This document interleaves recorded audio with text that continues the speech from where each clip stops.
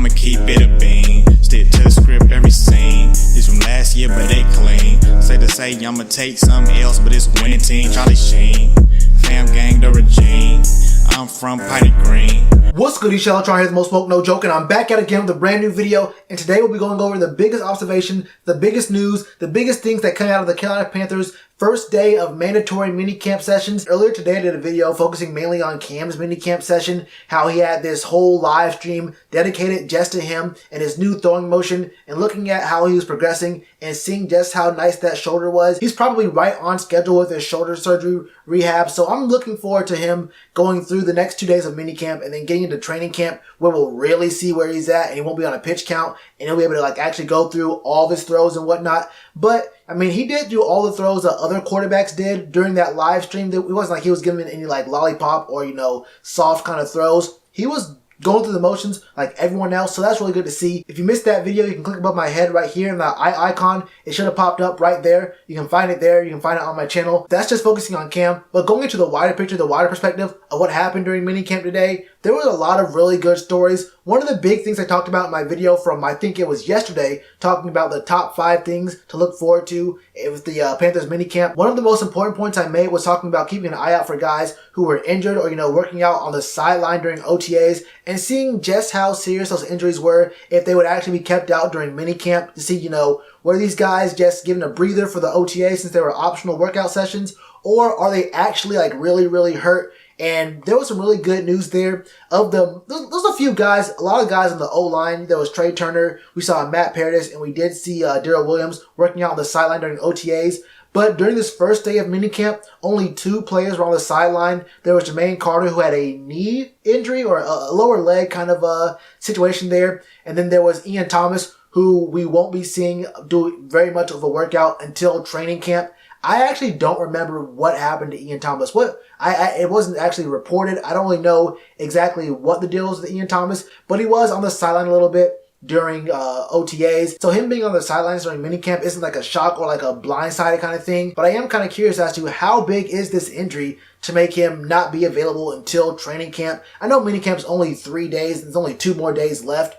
But it's kind of interesting that Ian Thomas is going to be held out basically until training camp. But he did catch some passes from Cam on the sideline, so that's cool too. But apart from those 2 guys being the only ones on the sideline, there were still some pretty good stories. We saw Gerald McCoy get his first look in that black and blue. That's going to be a monster. That front 7 is going to be disgusting. And I mean, look out, Matt Ryan. I'm talking about look out, Jameis Winston, for however long you last in Tampa Bay. Look, and I'm talking about look out, Drew Brees. I hope that O-line can save you.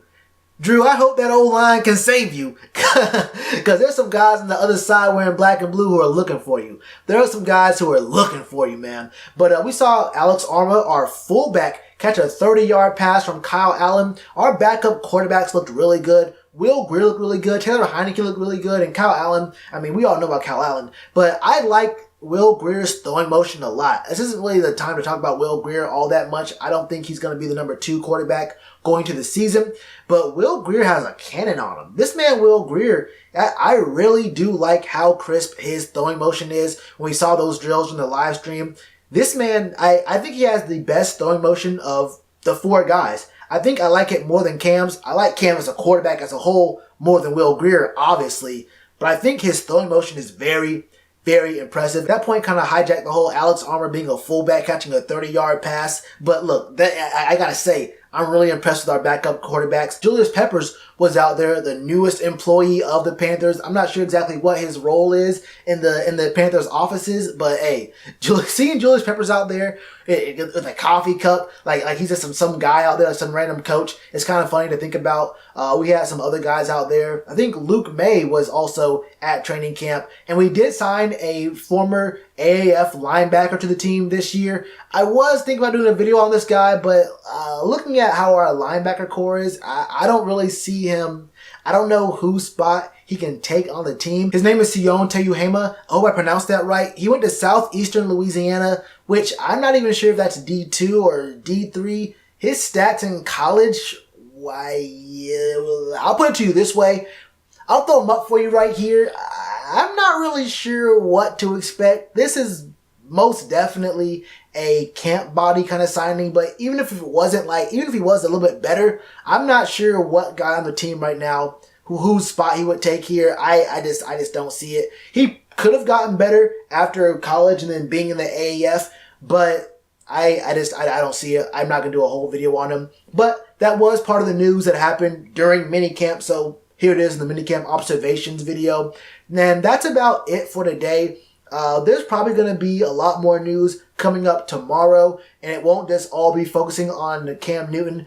A lot of the Panthers writers, a lot of the guys on the actual Panthers.com site and the reporters and whatnot wanted to focus mainly on Cam, which makes a lot of sense. That's the hot topic. That's what's going to push those clicks. So I understand that 100%. But I'm sure that tomorrow we'll get a lot more news about a wider pool of guys on the field. And I really want to see if we can get some more news on the guys in the secondary and maybe even the running backs. But like I said, that's all I got for you today, man. What are your thoughts? Do you have any thoughts on any of this at all, man? What are your thoughts on Cam Newton? What are your thoughts on my backup quarterback situation? Was there a big injury to Ian that I just missed? Do you know anything about Sione Teahume, or do you even know what Southeastern Louisiana College is? I didn't know it even existed. I'm not gonna lie to you. Let me know all that in the comments below. Hit that subscribe button, hit that bell icon, peep that pinned comment in the comment box below, and you already know to do with that like button. Cheers to you, appreciate the chance. Been told y'all I been the man. Been told y'all I had the gift. Tell a friend to tell a friend. Real ones gonna recommend.